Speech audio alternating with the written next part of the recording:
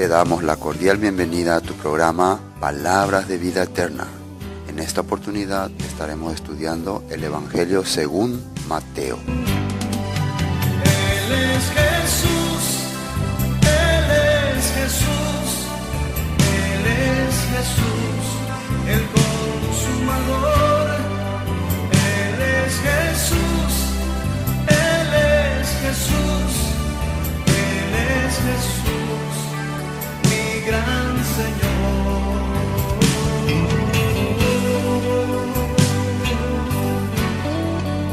Evangelio según San Mateo.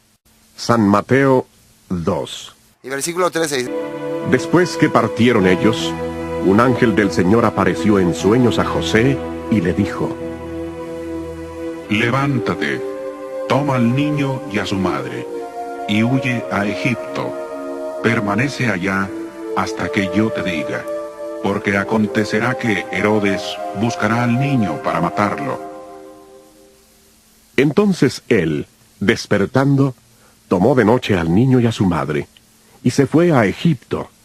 Estuvo allí hasta la muerte de Herodes, para que se cumpliera lo que dijo el Señor por medio del profeta, cuando dijo: De Egipto llamé a mi hijo.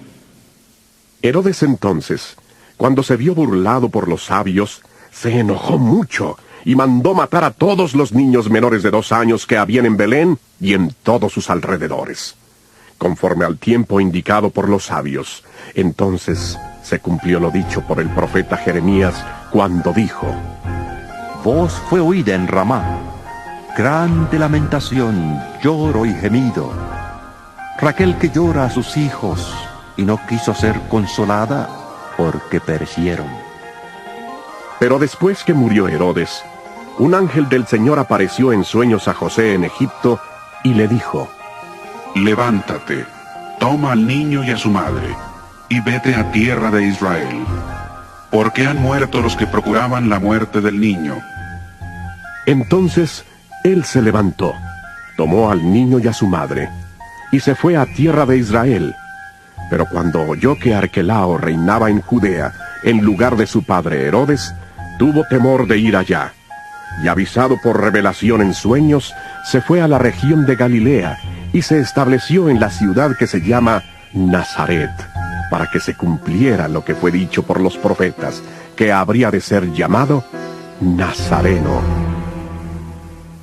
La vez pasada vimos cuando llegaron la visita de estos 3 sabios, estos 3 conocedores de la palabra, porque estas personas habían sido instruidos por un hombre en el tiempo antiguo, y ellos tenían conocimiento que el Mesías iba a nacer en esa fecha. Y nosotros el único documento o prueba que tenemos de que el Mesías iba a nacer en esa fecha es por la profecía que Dios le dio a Daniel, porque le dio tiempo exacto. Entonces, creen la gente que estas personas eran discípulos de la escuela que Daniel había formado en Babilonia.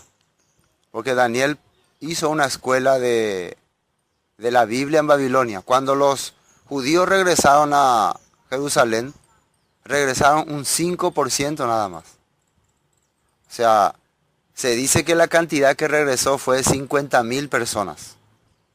Esos fueron todos los que regresaron. El resto se quedaron todos y que esos 50.000 era 5%.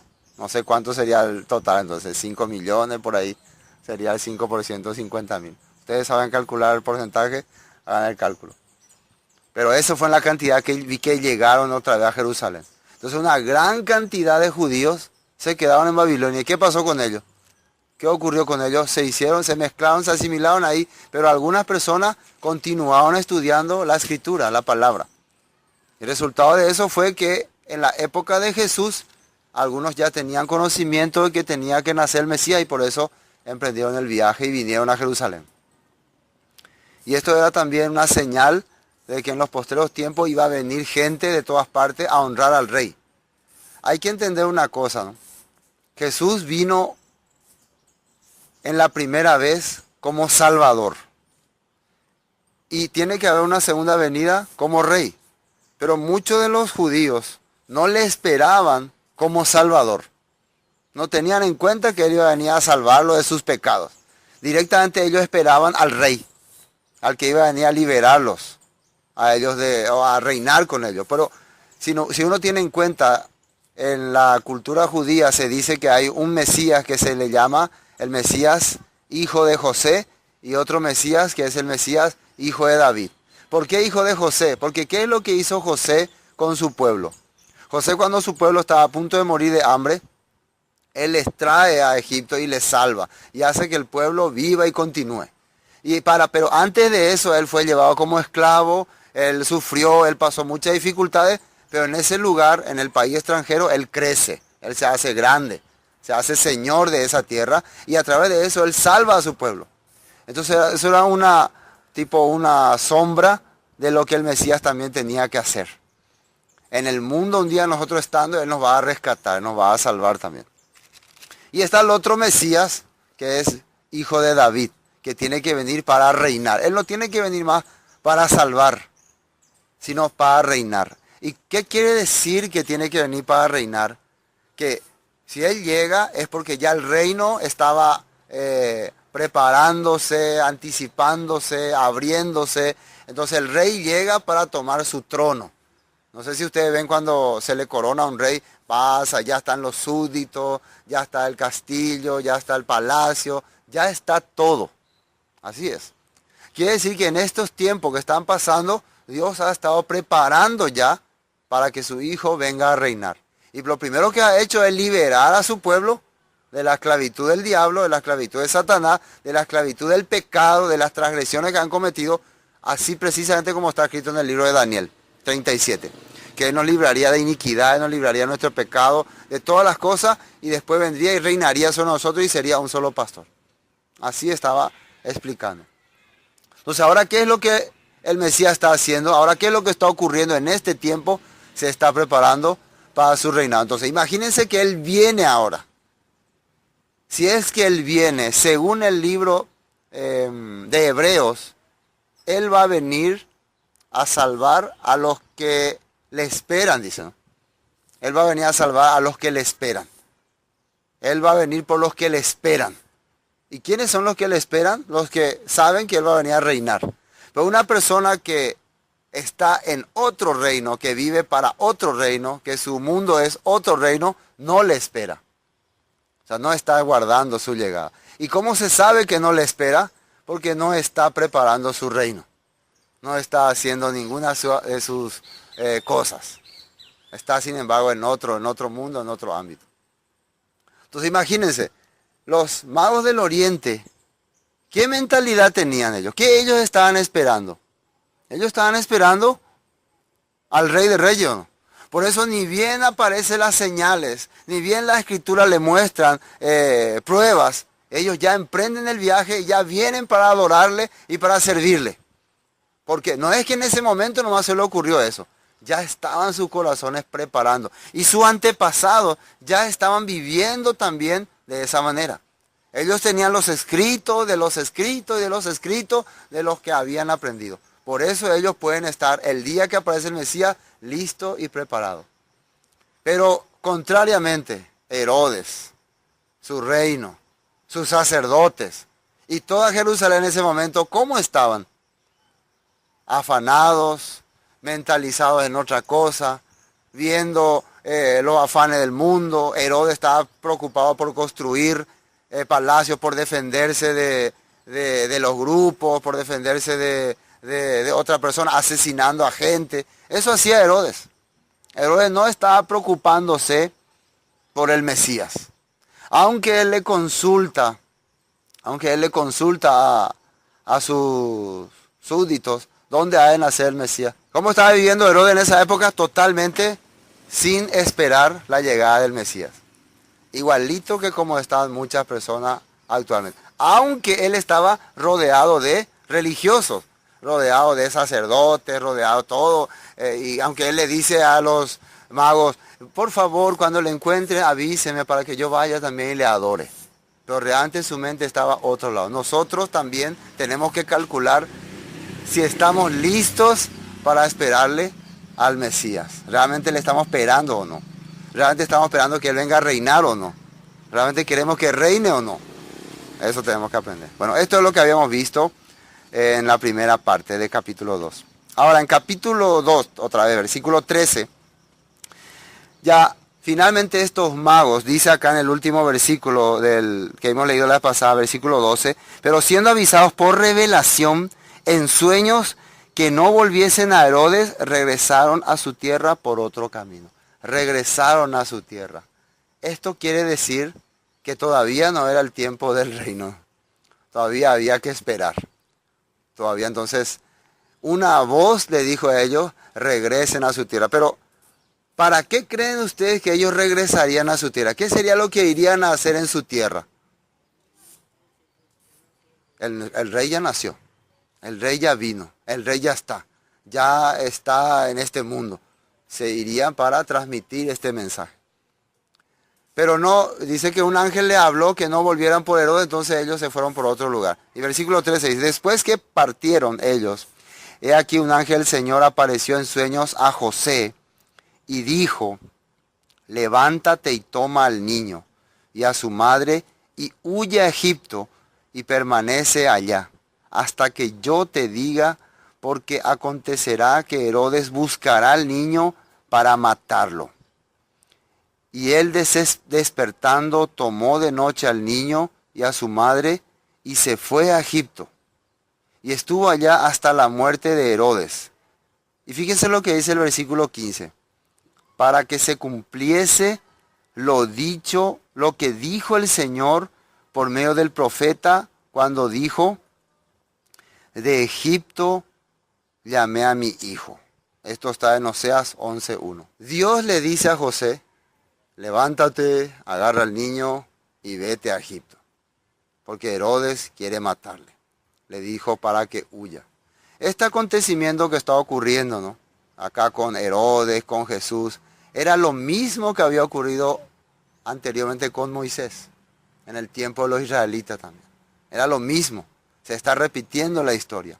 Por eso siempre nosotros tenemos que relacionar toda la Biblia con lo que pasó en el Antiguo Testamento.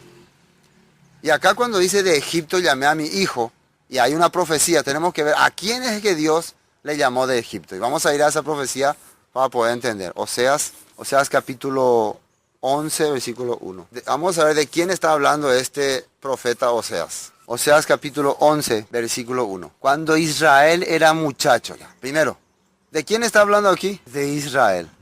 Hay que entender muy bien esta cosa, porque uno lee el Nuevo Testamento y encuentra versículos medio raros, y cuando va a esos versículos del Antiguo Testamento encuentra aparentemente otra cosa.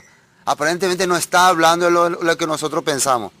Acá está saliendo que cuando Israel era muchacho, ¿y quién es Israel? Jacob, el pueblo de Dios. Era muchacho, yo lo amé y de Egipto llamé a mi hijo. Entonces, ¿a quién se está refiriendo? A su pueblo Israel. A los israelitas. ¿Y por qué dice cuando eran muchachos? Porque ellos se formaron como nación, como pueblo en Egipto. Igual, Jesús ahora está yendo, niño, ¿sí o no? A Egipto. ¿Se acuerdan por qué el pueblo de Israel entró a Egipto? ¿Qué había ocurrido? Había hambre, había dificultad. Entonces el objetivo era cuidar de su pueblo. El objetivo es que su pueblo tenga un lugar donde sea protegido, aparentemente no. Y después Dios le iba a llamar de ahí, ya cuando sea muchacho. De la misma manera, ahora el niño Jesús estaba peligrándose. Dios le dice a José, llévale a Egipto. ¿Quién también fue que le llevó a Israel a Egipto? También fue José. ¿Se acuerdan? José fue que les trajo, vengan a Egipto, aquí hay suficiente pan, aquí van a vivir. Aquí vamos a completar, vamos a unir algunos cabos, ¿no? De la profecía. Entonces, de manera que acá está hablando de Israel.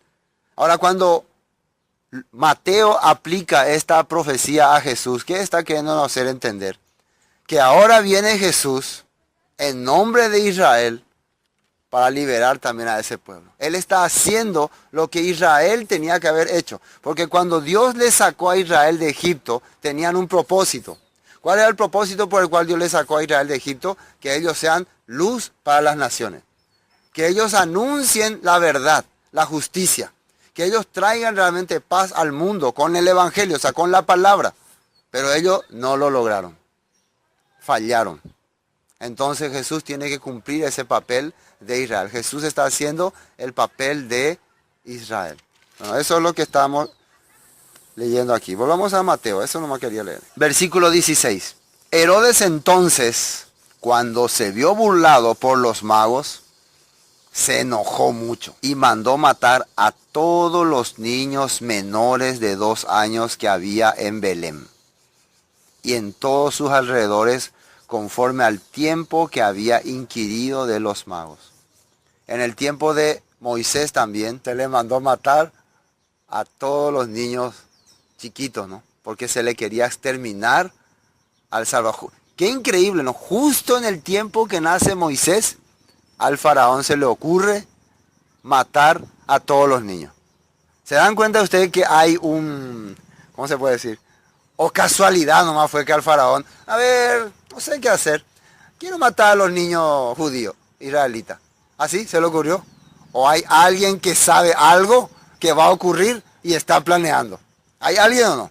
¿Hay una fuerza o no? Un espíritu que controla también este mundo, que sabe, Dios está planeando hacer algo y tengo que usar a mis siervos. Y para eso utilizó a Faraón. Le puso en su corazón, elimina a estos niños. Porque sabía que iban a ser una persona que iba a libertar, ya por fin iba a terminar el poder de Faraón sobre los israelitas.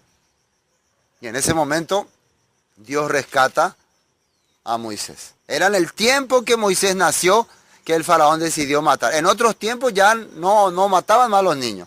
Ni antes de eso. Fue en el tiempo que Moisés nació que el faraón sacó el decreto, todos los niños varón tienen que morir. Todos. De la misma manera acá Herodes justo decía en el tiempo que Jesús nació, quiero que maten a todos los niños de Belén. Justamente nació él ahí. Pero Dios ya le estaba protegiendo. Dios estaba cuidando ya de su Salvador. Se ve el paralelismo, ¿no? Bueno. ¿Y acá qué ocurrió después? Fíjense en la profecía que aplica Mateo. Versículo 17. Entonces se cumplió lo que fue dicho por el profeta Jeremías, cuando dijo, voz fue oída en Rama, grande lamentación, lloro, gemido. Raquel que llora a sus hijos y no quiso ser consolada porque perecieron. Dice que al morir, y escuchen muy bien esto, al matar a los niños, Herodes, se escuchó una voz, se cumplió una profecía que dijo Jeremías. Dice. Y hay que entender, acá vamos a entender por qué Mateo saca esta profecía para aplicarle a lo que estaba aconteciendo con los niños de Belén. ¿De dónde a él se le ocurre? A Mateo. Acá el estudioso es Mateo, no somos nosotros. Nosotros tenemos que saber qué mentalidad está, qué está pensando. No es que nosotros tenemos que pensar nosotros. Tenemos que saber qué es lo que Mateo está pensando o está entendiendo para poner esta escritura ahí. Ya hemos visto que cuando pone que de Egipto llamé a mi hijo, ¿qué es lo que Mateo está pensando? Jesús está representando a Israel. Él está viniendo para Israel. ¿A quién Dios le llamó de Egipto? A Israel. Todo se relaciona con Israel. 100%. ¿Ven ustedes? 100%. Bueno, entonces para entender esto tenemos que ir al origen para ver quién era Raquel. ¿Sí o no? Vamos a aprender un poco de Raquel. Y vamos a Génesis capítulo 35. Jacob, cuando huyó de su hermano Esaú, después de haberle hecho trampa, ¿no? Él se va y le conoce a Raquel, que es hija de su tío. Y él se enamora de ella y le dice a su tío Labán, quiero trabajar por tu hija 7 años. Labán está de acuerdo. Aquí conocen toda esa historia. Y finalmente, al día de la boda, él le entrega la hermana mayor. Le hace otra trampita también. Tramposo con tramposo se unen. Y finalmente le dice, bueno, si quieres también a esta, trabaja otro 7 años por ella. Entonces él trabaja 14 años y ahí logra tener a las 2 esposas. Pero a quien Jacob amaba era a Raquel. Con quien realmente tenía todo su corazón dispuesto era con Raquel. Pero Raquel era estéril. no podía tener hijos. Y según la cultura hebrea, ser estéril es recibir maldición. Entonces ella se lamentaba, lloraba, se plagueaba, gritaba, dame hijos, dame hijos. Y Jacob no sabía qué hacer. Pero sin embargo Lea tenía hijos cada rato tenía hijos, ¿no? Cada rato, sin problema. Finalmente un día Dios le concede a Raquel tener un hijo. ¿Cómo se llama ese hijo? José. Y José, Joseph, que quiere decir añadirá. ¿Sí o no? Añadirá. Quiere decir que Raquel, después de haber tenido este hijo, su deseo es que Dios le añada más. Quiero más. No me conformo con este niño nada más. Quiero más. Por eso le pone este nombre a su hijo. Pasando el tiempo, ellos salen de la casa de su papá y regresan a donde está su tierra, a su Isaac. Pero en el camino, ¿qué le ocurre a Raquel? Ella, teniendo su bebé, su segundo bebé, muere. ¿Sí o no? Muere. Y ahí ocurre un dolor. Pero nace el segundo bebé, se llama Benjamín. Ella le había puesto el nombre Benoni, ¿no? Hijo de mi tristeza. Jacob le cambió, hijo de mi mano derecha. Vamos a leer un poco. Génesis capítulo 35. Versículo 16. Después partieron de Betel y había aún como media legua de tierra para llegar a Efrata, cuando dio a luz Raquel, y hubo trabajo en su parto. Quiere decir que fue muy difícil su parto. Y aconteció que, como había trabajo en su parto, que le dijo la partera, no temas, que también tendrás este hijo. Y aconteció que al salírsele el alma, pues murió, llamó su nombre Benoni. Mas su padre lo llamó Benjamín. Hijo de mi tristeza es Benoni, esto es hijo de la mano derecha, le puso Benjamín. Así murió Raquel y fue sepultada en el camino de Efrata, la cual es, ¿qué dice ahí? Belén. Ahí ella fue sepultada, en esa ciudad Belén. Y esa ciudad Belén, si ustedes observan por el mapa alguna vez, está justo en la mitad entre el reino del norte y el reino del sur. En la mitad está. Y eso es estratégico. Estratégico. Bueno. Después, y levantó Jacob un pilar sobre su sepultura. Esta es la señal de la sepultura de Raquel hasta hoy. ¿Qué quiere decir? Ahí había como un monumento, como una estatua, como algo así que mostraba aquí fue sepultada Raquel. Y algunos dicen que aún existe esa señal. No investigué muy bien eso, pero algunos creen así, que aún está ahí, todavía se ve. Y salió Israel y plantó su tienda más allá de Migdal. Bueno, quiero ver ahora Génesis 48 para ir completando esta parte. Bueno, lo que podemos entender hasta acá es que murió Raquel en un lugar estratégico, en la zona que ahora se llama Belén, y se formó ahí una estatua o una señal. ¿Por qué? Esto sería importante. Esto que está ocurriendo, que está haciendo Jacob, que sería algo profético para mencionar. Recuerden que Raquel tuvo dos hijos, José, y también tuvo otro hijo, Benjamín. ¿Y por qué serían importantes estos dos hijos? Porque de uno de sus dos hijos saldría lo que después sería la nación del norte o Efraín. La nación que multiplicaría por montón. Como Raquel había dicho, Dios añadirá. Y esto es muy importante. Y fíjense ahora cuando después ya Jacob viene a Egipto con su hijo, y cuando está a punto de morir, José se le presenta con sus dos hijos que le nacieron. ¿Y él qué le dice? Vamos a ver. 48, desde 1 vamos a leer. Sucedió, Génesis 48, versículo 1. Sucedió después de estas cosas que dijeron a José, he aquí tu padre está enfermo. Y él tomó consigo a dos hijos, Manasés y Efraín, a sus dos hijos. Y se le hizo saber a Jacob diciendo, he aquí tu hijo José viene a ti. Entonces se esforzó Israel y se sentó sobre la cama. Y dijo José, el Dios omnipotente, dijo a José, el Dios omnipotente me apareció en luz en la tierra de Canaán y me bendijo.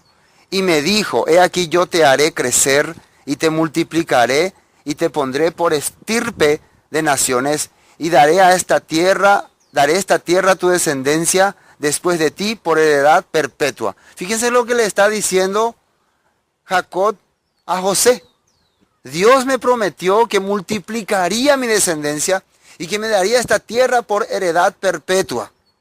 Está traspasando entonces esa promesa a José. Versículo 5. Ahora tus dos hijos, Efraín y Manasés, que te nacieron en la tierra de Egipto. ¿Dónde nacieron estos hijos? En la tierra de Egipto. Recuerden de dónde tenía que llamarle Dios a su hijo. De Egipto es. Y ahora Jacob le está adoptando a estos niños. Antes que viniese a ti a la tierra de Egipto, míos son, como Rubén y Simeón serán míos. Jacob los está adoptando como sus hijos. Quiere decir que estos niños van a recibir también la misma promesa que se le había dado a Abraham, Isaac y Jacob, a Israel. Y que ahora él está traspasando a José y ahora le está recibiendo a sus dos hijos. Ellos van a recibir esta heredad. ¿Pero qué importa? A mí qué me importa que Manasés y Efraín reciban esa heredad. ¿Qué tiene que ver esto? ¿Qué nos interesa a nosotros? Es muy importante. Porque de ahí saldríamos nosotros. Ese era el plan que Dios estaba preparando para bendecir al mundo. Pero nosotros no nos estábamos dando cuenta, ¿no? De ahí, de este acuerdo, están preparándose para salir todos los que estamos ahora aquí. De ahí vamos a salir. Siguen, miren lo que dice más. Y los que después de ellos has engendrado, versículo 6, serán tuyos. Por el nombre de sus hermanos serán llamados en sus heredades, porque miren lo que le dice acá, porque cuando yo venía de Padán Aram, se me murió Raquel, dice, en la tierra de Canaán, en el camino como a media legua, tierra viniendo a Efrata, y la sepulté allí en el camino de Efrata, que es Belén. Y yo me pregunté cuando leía eso, ¿y qué tiene que ver eso? Quiere decir que el nombre de José, que Raquel le puso a su hijo, no era porque le puso nomás así, era porque Dios le dio ese deseo de que se multiplique. Entonces Jacob está prácticamente cumpliendo eso también. Mi esposa tenía el deseo de que se multiplique su descendencia, pero ella se me murió en el camino, que es Belén. Entonces, por eso le está recibiendo a estos niños. Yo quiero que estos niños sean parte de la heredad y salgan por montón. Y esto no está hablando Jacob por sí mismo. Dios le está revelando.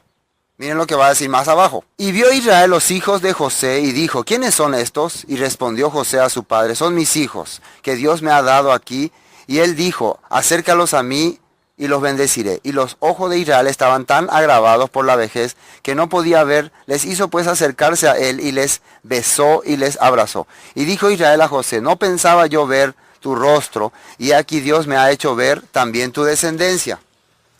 Entonces José los sacó de entre sus rodillas y se inclinó a tierra, y los tomó José a ambos, Efraín a su derecha y a la izquierda de Israel, y Manasés a su izquierda, a la derecha de Israel, y los acercó a él.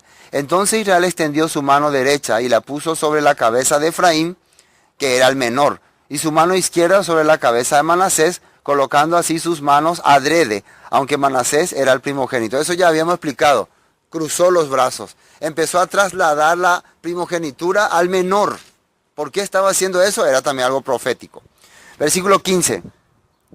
Y bendijo a José diciendo, el Dios en cuya presencia anduvieron mis padres, Abraham e Isaac, el Dios que me mantiene desde que yo soy hasta este día, el ángel que me liberta de todo mal, bendiga a estos jóvenes y sea, miren lo que le dice, sea perpetuo en ellos mi nombre, sea perpetuo en ellos mi nombre.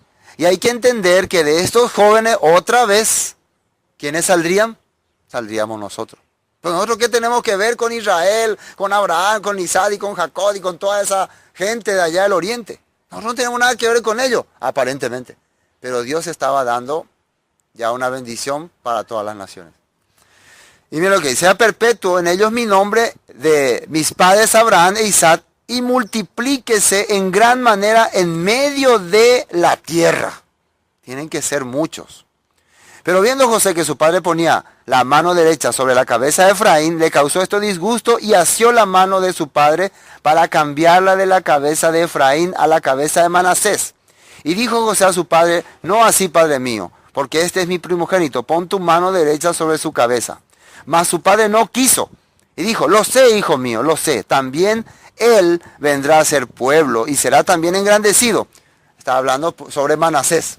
Pero cuando se refiere a Efraín, ¿qué le dice?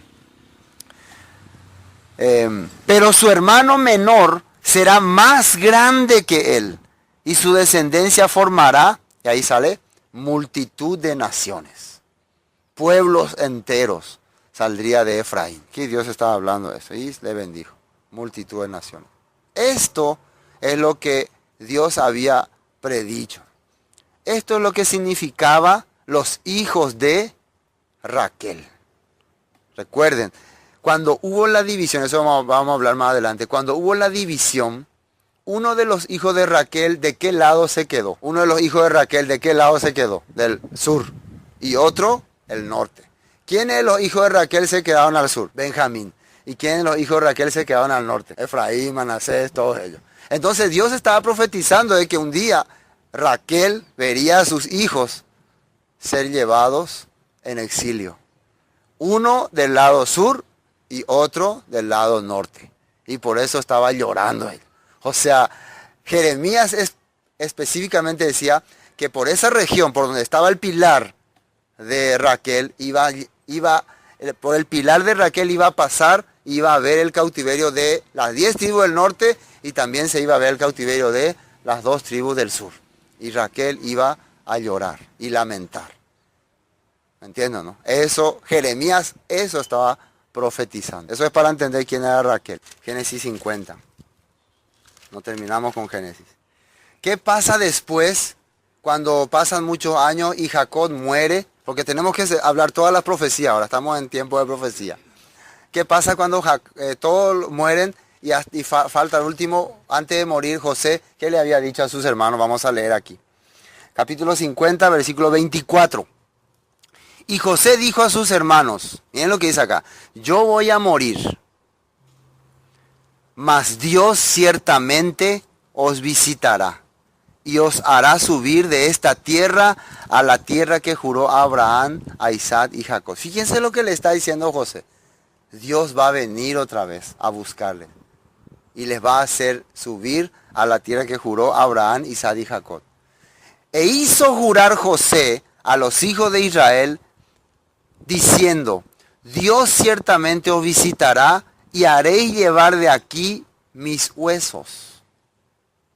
Recuerden que José tuvo sus 2 hijos, Manasés y Efraín, que Jacob adoptó a Efraín y que dijo que de Efraín saldría multitud de naciones. Entonces él es sombra de esa multitud de naciones que un día serían rescatados otra vez por el Mesías, por Jesús, desde los huesos secos que serían rescatados, que serían llamados desde la sepultura.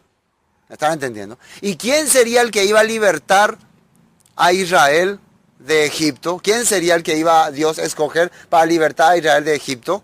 Moisés. Justamente el que es prototipo de Jesús. ¿Me están entendiendo?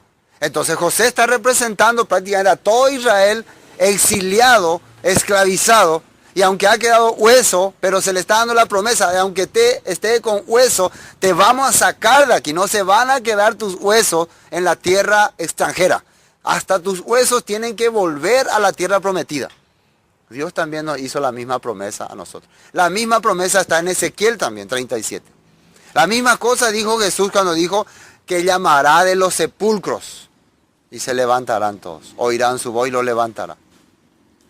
Bueno, ahora Éxodo. Fíjense, Éxodo capítulo 13, a ver si cumplieron esta promesa.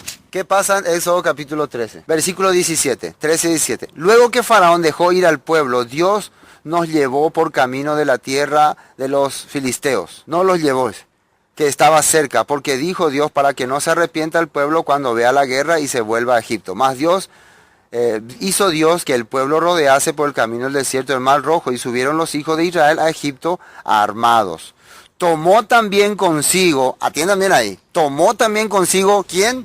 Moisés, los huesos de José.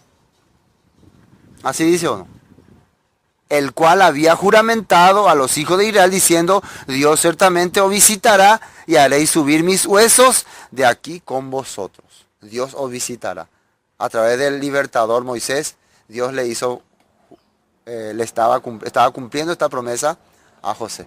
Está retirando sus huesos. ¿Para qué sacó Moisés los huesos de José de Egipto? La pregunta que hacemos. ¿Para qué? ¿Para llevarlo a dónde? A la tierra prometida. Esa es la promesa para nosotros también. Amén.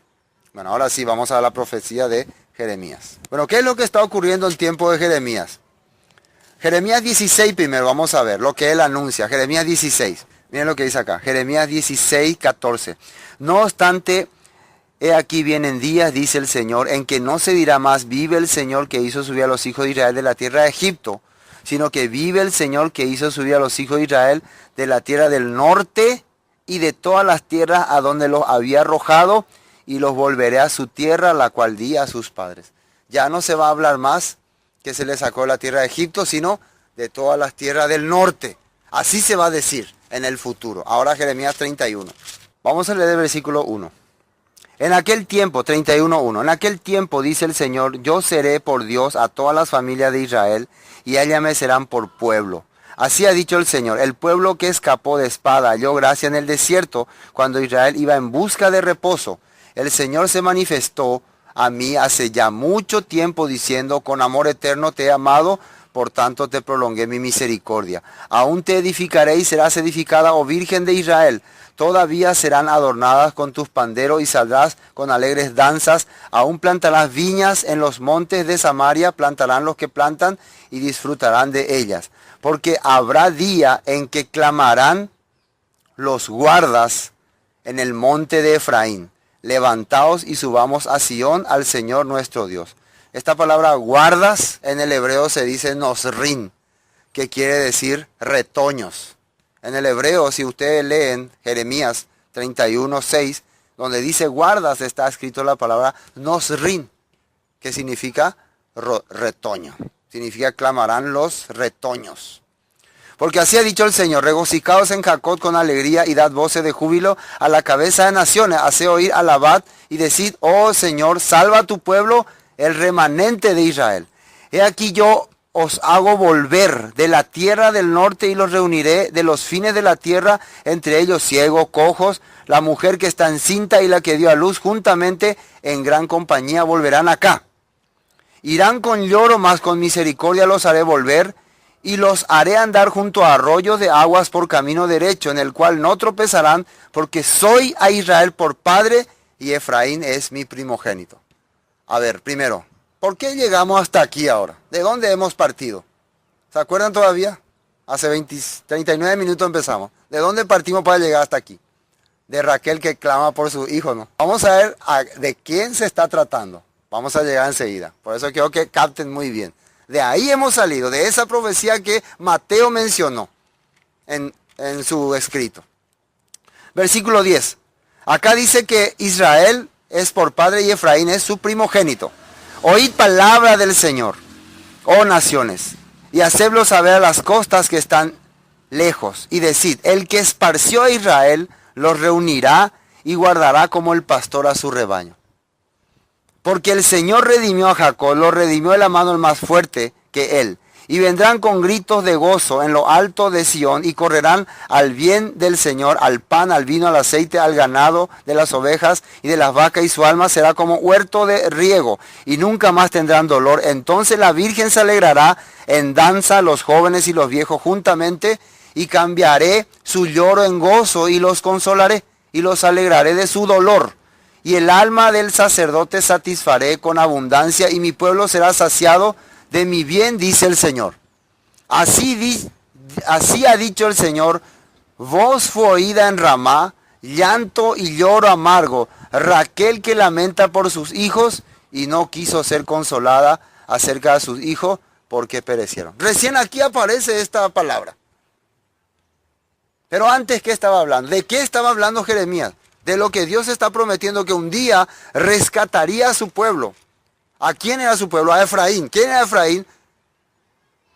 El primogénito de Jacob, del que él le puso su mano, le cambió así la mano.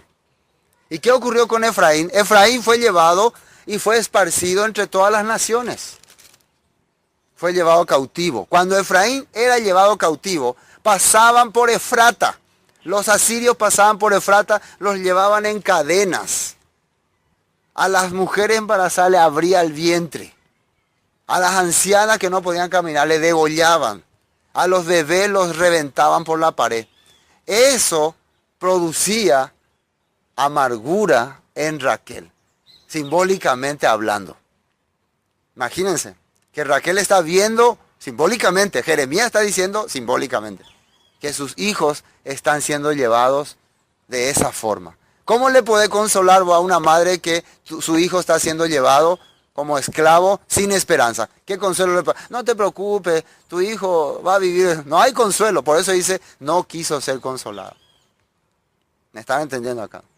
Ahora, ¿y por qué ahora también se relaciona con Belén, con los judíos? Porque en esa misma zona también, cuando vinieron los babilonios a llevar a Judá, también pasaron por Efrata, por el mismo monumento de Raquel. Imagínense que Raquel tuvo que ver a sus descendientes de Efraín, los descendientes de Manasés, y a los descendientes de Benjamín, sus hijos, llevados cautivos. Simbólicamente está hablando de esto Jeremías. Los vio. A sus dos descendientes los vio ser llevados. Y fueron llevados y fueron esparcidos entre las naciones. Y ahora Dios le está dando la promesa que ellos iban a ser rescatados. Porque Dios vio el llanto de Raquel. Dios vio el lloro de Raquel. El sufrimiento de Raquel. Dios vio eso. Jacob también vio eso. Se me murió anga Raquel en el desierto. Ella anga quería que su descendencia sea multiplicada. Ella le puso José a este niño. Ella tenía visión de multiplicar, de que la promesa de Abraham se cumpla. Esa era Raquel, por más carnal que haya sido. Pero tenía esa esperanza. Por eso Jacob tenía tanto aprecio por sus dos hijos. Porque ellos eran parte de una promesa que había entrado en una mujer que era tan carnal, tan dura. Pero cuando le nacieron sus dos hijos, ella vio eso. Ella vio el amor de Dios en su vida. Vio la esperanza en una mujer estéril. Y recuerden que la estéril recibió más consolación. Y más hijos, dice. Más son los hijos de la estéril que de la casada, dice. Así sale una profecía. ¿Me están entendiendo hasta acá? Entonces, ahora, miren lo que dice el profeta Jeremías acerca de Raquel. Así ha dicho el Señor, reprime del llanto tu voz y de las lágrimas tus ojos, porque salario hay para tu trabajo, dice el Señor, y volverán de la tierra del enemigo. Este es el consuelo que a través del profeta Jeremías se le está dando a Raquel. Y cuando nosotros pensamos, ¿y qué tiene que ver Raquel? Se le está dando a las tribus del norte y a las tribus del sur. Se le está dando a todo Israel. Se le está dando a todas las naciones. Volverán a su tierra. Volverán. O sea, el dolor que sentiste al ver a tu pueblo perdido, al ver a tus hijos siendo llevados cautivos, se te recompensará.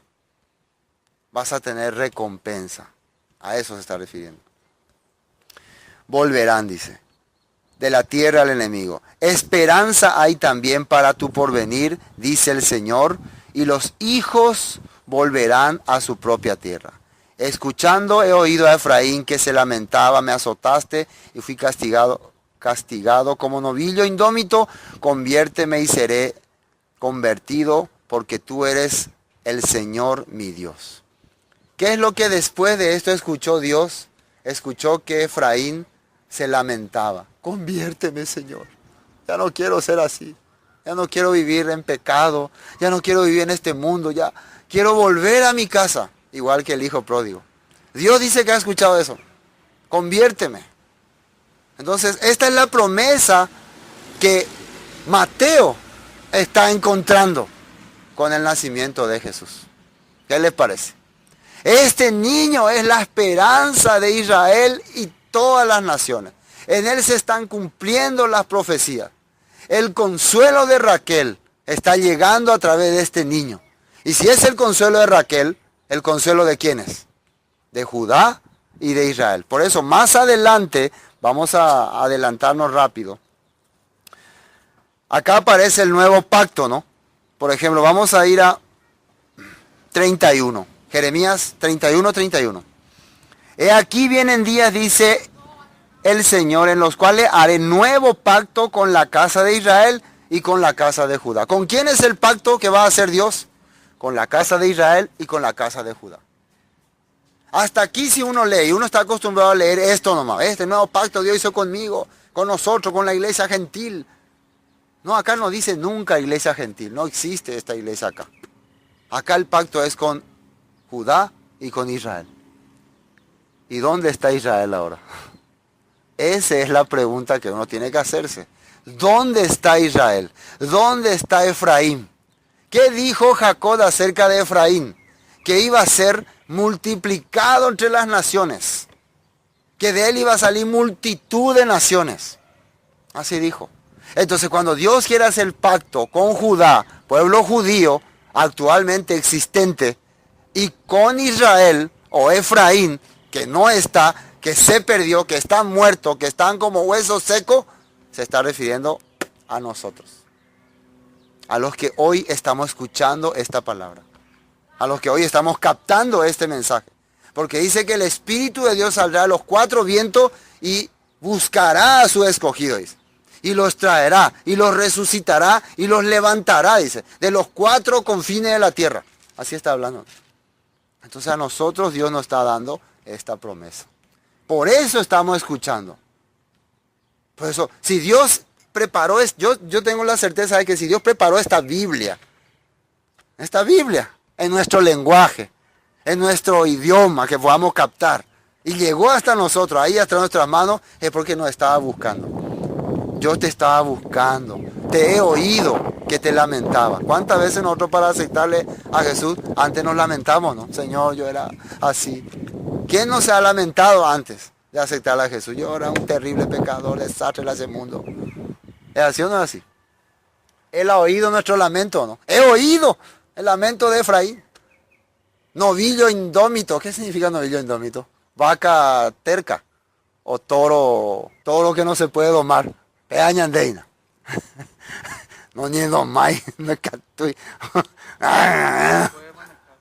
No se puede manejar. Eso era. Pero Dios ha oído que a pesar de que éramos indomables, había ya, no aguantábamos más el dolor en nuestro corazón. Y por eso, ¿qué dijo? Voy a hacer nuevo pacto con ellos, con la casa de Judá y con la casa de Israel. ¿En qué consistía el pacto? Dice, he aquí, 31, vienen días, dice el Señor, los cuales haré nuevo pacto con la casa de Israel, con la casa de Judá. No como el pacto que hice con sus padres. Y acá hay que tener algo importante, no como el pacto que hice con sus padres. Si nosotros decimos que el pacto nuevo se hizo con nosotros, ¿quiénes eran nuestros padres? Hay que entender muy bien esto. Si yo estoy diciendo que el pacto, el nuevo pacto, es conmigo, entonces ¿quiénes eran mis padres? Los incas, los mayas, los guaraníes. ¿Quiénes eran mis? Si estoy aceptando este nuevo pacto, no como hice con sus padres, dice. ¿Quiénes eran mis padres? Los israelitas. Los israelitas que salieron de Egipto. Y yo digo, no, yo no tengo nada que ver con ellos. Se andaba israelita. Entonces no tengo nada que ver con este pacto entonces. Es triste esto, ¿no? Pero así es. Si yo estoy aceptando el nuevo pacto, soy descendiente de los israelitas. No sé, no puedo confirmar si carnalmente, pero por lo menos espiritualmente sí. Eso sí puedo confirmar, porque estoy escuchando esta promesa. ¿Sí o no? No significa que uno tiene que llevar la sangre de los israelitas, con tal de que lleve el espíritu que Dios quería darle a ellos y que ellos rechazaron. Hay ejemplos de eso, de personas que no tenían la sangre israelita, pero sí recibieron la promesa israelita. Hay. Raad es una de ellas. Los gabaonitas son otros. Ruth la moabita también. ¿Qué les parece? Tamar, la cananea. Tamar, sus dos primeros maridos, aunque tenían sangre de Judá, pero no tenían corazón de Dios. Pero ella era una cananea, pero recibió ese corazón y esa promesa. Eso es lo que Dios estaba buscando. Amén. Bueno, no como el pacto que hice con sus padres cuando los tomé de la mano para sacarlo a tierra de Egipto, porque ellos invalidaron mi pacto, aunque fui yo un marido para ellos, dice el Señor. Pero este es el pacto que haré con la casa de Israel después de aquellos días, dice el Señor. ¿Y cuál es el pacto? Daré mi Torah, dice acá. Mi Torah. No dice ley. Busquen ustedes una antigua versión y van a ver que no dice ley. Dice Torah. Así dice. Busquen una antigua versión. Y va a estar escrito Torah. En su mente y las escribiré en su corazón. Y yo seré a ellos por Dios y ellos me serán por pueblo. Porque van a vivir de acuerdo a mis instrucciones. Pero claro, ¿por qué Él va a darnos su Torah, su ley? Porque antes nos rescató, nos salvó y nos limpió, como hizo Jesús. Por eso está tocando esto Mateo. Mateo no está solamente hablando de ese texto. Todo eso se está relacionando. Bueno, ahora vamos a volver a Mateo. Bueno, nos quedamos en 17. Entonces se cumplió lo que fue dicho, 2:17, ¿no? Por el profeta Jeremías cuando dijo, voz fue oída en Ramá, grande lamentación, lloro y gemido, Raquel que llora a sus hijos y no quiso ser consolada porque perecieron. ¿Por qué se cumplió esa profecía? La profecía no era solamente el lloro de Raquel. La profecía era que por fin Raquel va a ser consolada. Acá se cumplió el plan de Dios de que el que va a rescatar tanto a los descendientes de Judá como a los descendientes de Efraín ya ha aparecido. Ya volvió, ya vino. Hay esperanza para Raquel. Eso quiere decir esta profecía. Pero después de muerto Herodes, he aquí el rey. Pero después de muerto Herodes, he aquí un ángel del Señor apareció en sueño a José en Egipto, diciendo, levántate, toma al niño y a su madre y vete a la tierra de Israel, porque han muerto los que procuraban la muerte del niño. Entonces él se levantó y tomó al niño y a su madre y vino a la tierra de Israel, pero oyendo que Arquelao reinaba en Judea, en lugar de Herodes. Arquelao era el hijo de Herodes el Grande, ¿no? Su padre tuvo temor de ir allá, pero avisado por revelación, en sueños, se fue a la región de Galilea. Una vez más, una visión o una revelación le hace entender a José que vaya otra vez hasta Galilea. Y acá miren, acá se cumple otra profecía. Y vino y habitó en la ciudad que se llama Nazaret, para que se cumpliese lo dicho por el profeta, por los profetas, que habría de ser llamado Nazareno. ¿Y dónde está escrito que el Mesías tendría que ser llamado Nazareno? ¿Qué profeta dijo eso? ¿Judá? ¿Quién sabe? ¿Quién me ayuda? ¿Qué profeta dijo que el Mesías iba a ser llamado Nazareno? Aquí es uno de los errores más terribles que uno puede encontrar en la Biblia. Porque no vamos a encontrar. Y el Mesías será llamado Nazareno. ¿Dónde está? A menos que tengamos un pensamiento profundo. Por eso, pero acá hay una referencia, sale Isaías capítulo 11, versículo 1. Vamos a ir a mirar qué dice ahí. Vamos a ver si ciertamente, si uno lee, entiende que el Mesías será llamado Nazareno o qué es lo que está diciendo. ¿Recuerdan la palabra que le dije hace rato de guardas? ¿Qué significaba? Nosrin, ¿no? Que significaba retoño. ¿Sí o no? No se olviden de eso, anoten en su agenda memorial para recordar esto. Isaías capítulo 11. La palabra Nazaret quiere decir Nesret. Nesret quiere decir en hebreo. Saldrá una vara del tronco de Isaí y un vástago retoñará de sus raíces. Así está escrito aquí, ¿no? Saldrá una vara del tronco de Isaí y un vástago retoñará. Esta palabra retoñará es nosrin. Nosrin. ¿Y qué significa nosrin? Retoño. Y la palabra nesrer, que es Nazaret, según el hebreo tiene 3 letras que son la raíz de todas letras.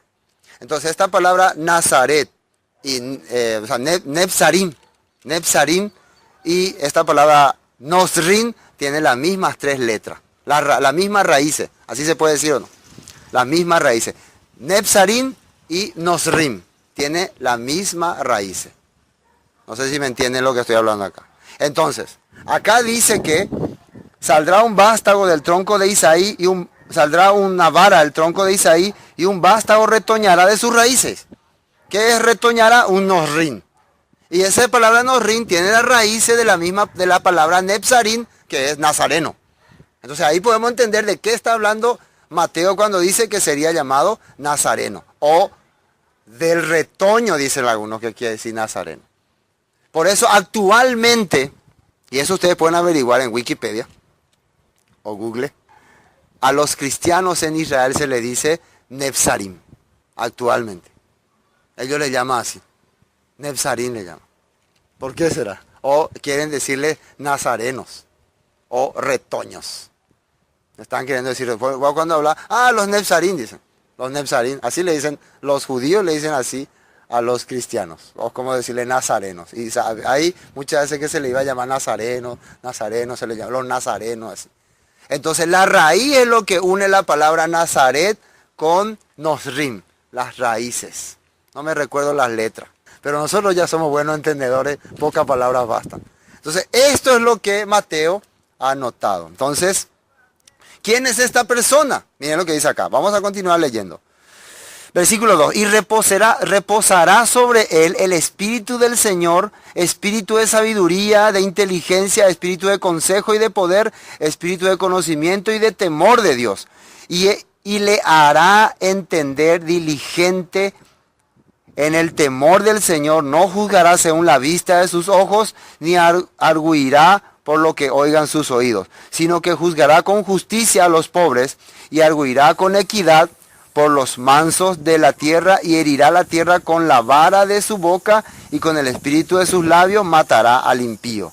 Y será la justicia cinto de sus lomos, y la fidelidad ceñidor de sus cintura. ¿De quién está hablando? Del Mesías.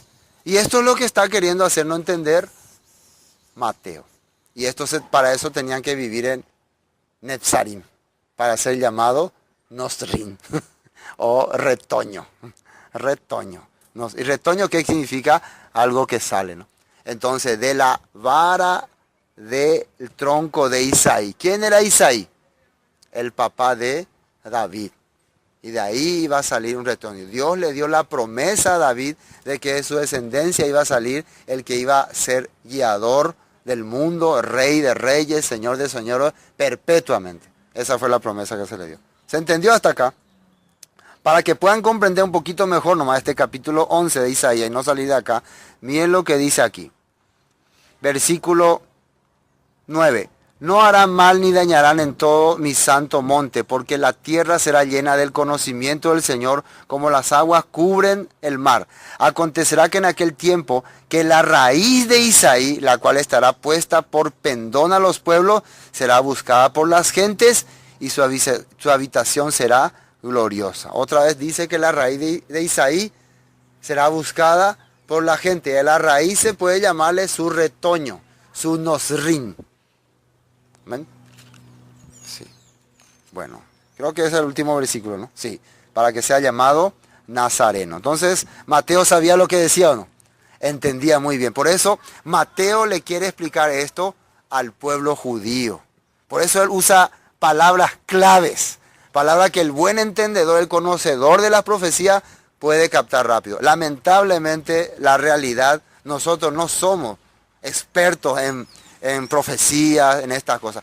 Son básicos lo que estamos aprendiendo. Podemos tener muchos errores. No podemos estar 100% convencidos de que es así. Pero es lo que podemos hacer. Hasta aquí podemos analizar.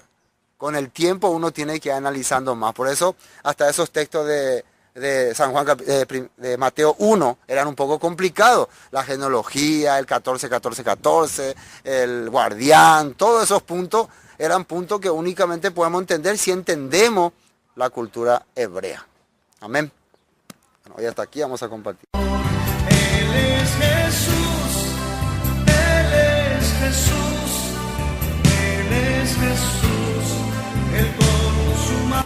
fue Palabras de Vida Eterna. En esta ocasión estudiamos el libro de Mateo. Para más información, comuníquese al 0981 60 46 77. Bendiciones y hasta pronto. Él es Jesús, Él es Jesús, el